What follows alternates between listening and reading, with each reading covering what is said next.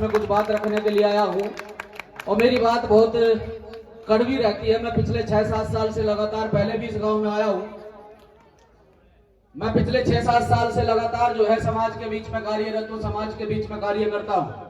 कपिल गोड़िया जी मुझे बहुत अच्छी तरह से जानते हैं, उनकी संगीत मंडली जो यहाँ पर है वो बहुत अच्छी तरीके से जानती है। मैं समाज की वर्तमान स्थिति पर बात करता हूँ, कभी राजनीति पर बात नहीं करता हूँ। मैं मानता ही नहीं हूं जो समाज जिसकी सामाजिक स्थिति बेहतर ना हो वो समाज तो राजनीति करने के लायक ही नहीं होता है। तो समाज की वर्तमान स्थिति पर बात करनी चाहिए कि वर्तमान स्थिति समाज की है क्या। हमारा समाज आज तालियां बजा रहा है, हमारा समाज आज जो है कथा वाचक को बुलाकर कथा करवा रहा है, लेकिन इस समाज में बदलाव कब होगा? अगर बात करूं महिलाओं की तो तब से मैं काम कर रहा हूं, आज तक मैंने देखा है कि महिलाएं बहुत अच्छे से हमारी बात को समझती हैं और अपने घर में बदलाव कर रही हैं। लेकिन बात करूं मैं अपने नौजवान साथियों की, बात करूं मैं अपने पिता तुल्य बुजुर्गों की, आपका आदर सम्मान करता हूं, मेरी बात को बुरा मत समझना, लेकिन ये सच्चाई है कि ये समझने के लिए तैयार नहीं है।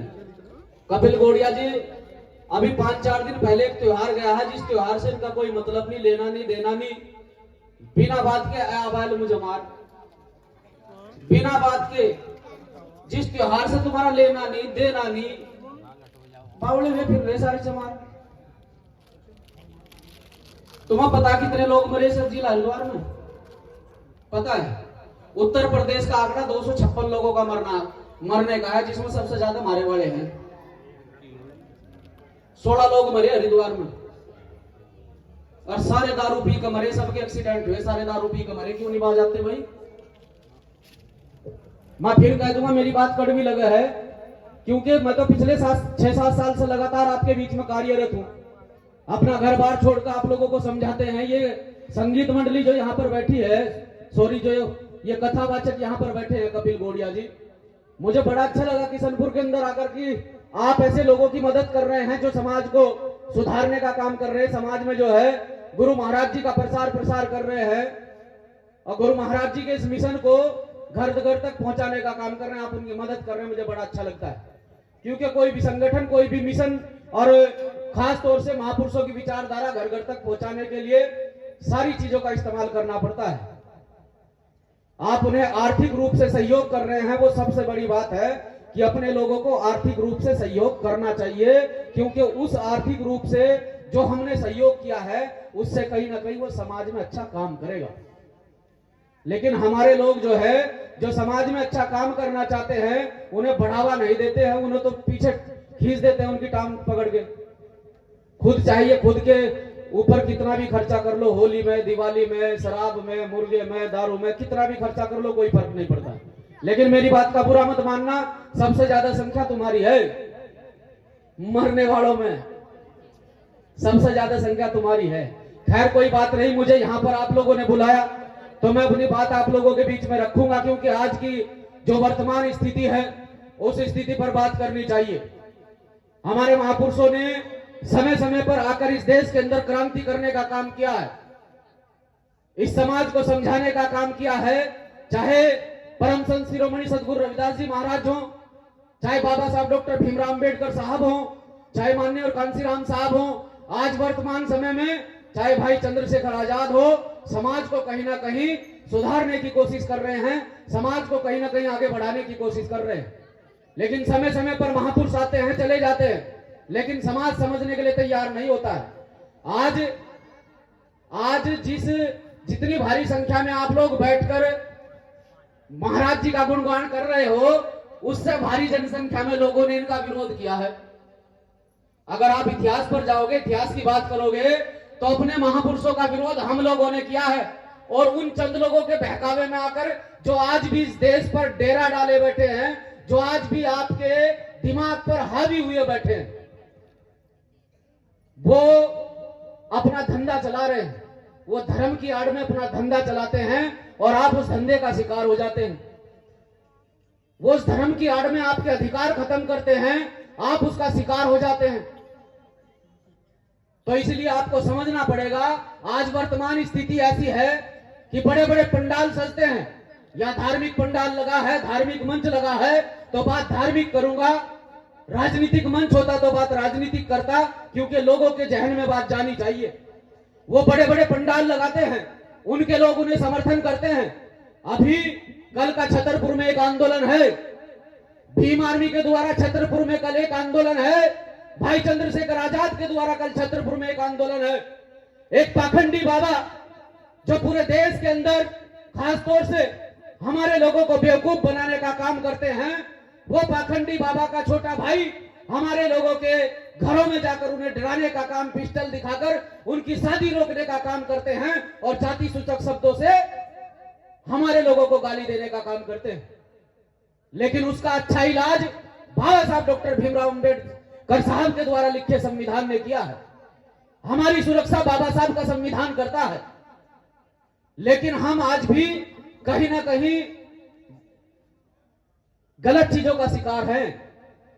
उनके पंडाल देखे आप लोगों ने, उनके पंडाल बड़े भारी भरकम भीड़ लगती है, बहुत बड़े बड़े पंडाल लगते हैं। ये तो कपिल गोड़िया जी लगातार जो है संघर्ष कर रहे हैं, देखा होगा इन्होंने, देखा होगा कि लाइट चली जाती है तो हमारे लोगों को तो जनरेटर का जुगाड़ नहीं होता है, टेंट ढंका नहीं लगा पाते हैं। लेकिन धीरे धीरे समाज को समझाने की कोशिश कर रहे हैं। वो जो है बड़े बड़े धार्मिक मंच लगाकर भी पर्चा लिखकर अपने, सोचना जो मैं कह रहा हूं, वो तो बड़े बड़े धार्मिक मंच लगाकर भी पर्चा लिखकर लोगों का भविष्य बता देते हैं। जब वो व्यक्ति पर्चा लिखकर लोगों का भविष्य बता सकता है तो उसे ये नहीं पता था तेरे भाई के साथ क्या होगा। उसे ये पता होना चाहिए ना कि तेरे भाई के साथ क्या होगा। उसे ये तो पता नहीं था कि तेरे भाई पे SC/ST भी लगेगी। उसे ये तो पता नहीं था कि बाबा साहब इसका इलाज भी करके गए, पता नहीं था उसे। और यही जानकारी तुम लोगों को नहीं है कि बाबा साहब तुम लोगों को अधिकार देकर गए हैं। उन अधिकारों के बदौलत आप लोग जो है आज हर फील्ड में मजबूत हो, लेकिन बाबा साहब डॉक्टर अंबेडकर साहब के मिशन को पूरी तरह से भूले बैठे हो। पूरी तरह से जो व्यक्ति इस देश में डर के नाम पर धंधा चला रहा है, उस डर का आप लोग आज भी शिकार हो। और सबसे ज्यादा शिकार हमारे लोग हैं। तो आप लोगों को समझना पड़ेगा इस देश को, इस देश का पूरी तरह से बंटवारा किन लोगों ने करा है। इस देश में पूरी तरह से ताकत में कौन लोग हैं। हमने तो अपनी ताकत उन लोगों के हाथ में दे दी है। और जब जिसके हाथ में ताकत चली जाती है तो वो अपने हिसाब से चलता है। जिसका राजा होता है उस पर कभी शोषण नहीं होते हैं। और जिसका राजा नहीं होता है, ये देखो अभी शोभा यात्रा की बात चल रही थी कि जी मारे वाले तो जुलूस निकालते हैं, तो उसका भी बेड़ा गर्क कर दें, उसका भी बेड़ा गर्क कर दें। क्यों? धड़ी दारू पी ले ना, पता कुछ होता नहीं बेचारों को। ये सच्चाई है। थारे जैसों ने नाश कर रखा। कोई बात नहीं, मेरे को कोई फर्क नहीं पड़ता है, मुझे कोई दिक्कत नहीं है। क्योंकि अभी मेरे दिमाग में ऐसा नहीं है कि मैं कल को यहाँ चुनाव लड़ूंगा, वोट मांगना आऊंगा। मुझे कोई फर्क नहीं पड़ता है भाई। फर्क होना पड़ेगा जिन्हें लालच है तुम लोगों से वोट का। मेरे तुम्हारे वोट के रिश्ते नहीं है, मेरे तुम्हारे तो खून के रिश्ते हैं। मैं तो तुम्हारा अपना बच्चा, अपना बेटा, अपना भाई हूं। मुझे तो कभी भी टोक लेना, लेकिन बात करूंगा कड़वी और सच्ची करूंगा बिल्कुल। जब तक तुम समाज से ये कुरीतियां नहीं मिटाओगे, जब तक समाज से गलत चीजों का सेवन समाज करना नहीं छोड़ेगा, जब तक इस समाज की तरक्की नहीं हो सकती। चाहे कपिल गोड़िया जैसे, चाहे महक सिंह जैसे 1000 कार्यकर्ता पैदा कर लो, कभी भी बदलाव नहीं हो सकता है। बदलाव तुम्हें स्वयं करना पड़ेगा। यहां से हम लोग आपको समझा सकते हैं।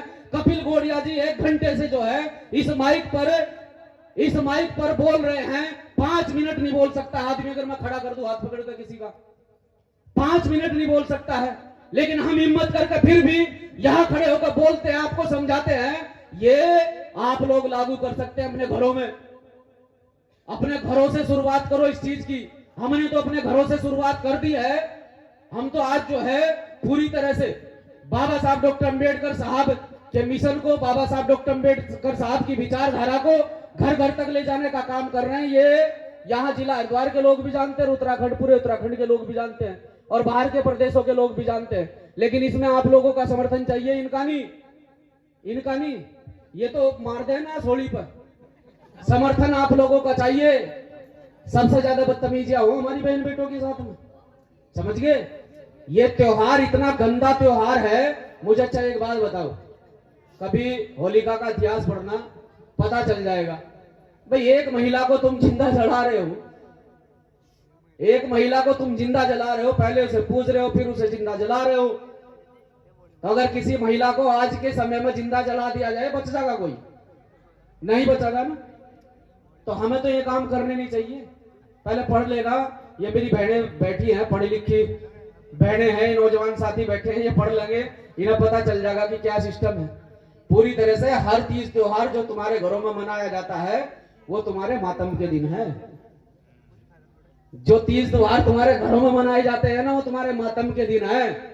उस टाइम तुम्हारे घरों में कोई ना कोई घटनाएं घटी और उन घटनाओं को जो है दूसरे तरीके से तोड़ मरोड़ कर समाज में इन लोगों ने पेश करा है। और तुम लोगों पे, तुम्हारे ही महापुरुषों का इन्होंने जो है तुम्हारे महापुरुषों के साथ में छल कपट करके तुम्हारे महापुरुषों के साथ में धोखा करा है, तुम्हारी बहन बेटियों के साथ में धोखा करा है और मोर तोड़ के ऐसा पेश करा है कि तुम्हारे साथ में धोखावार, उस धोखे की आड़ में तुम लोग जो है इन लोगों को मान रहे हो।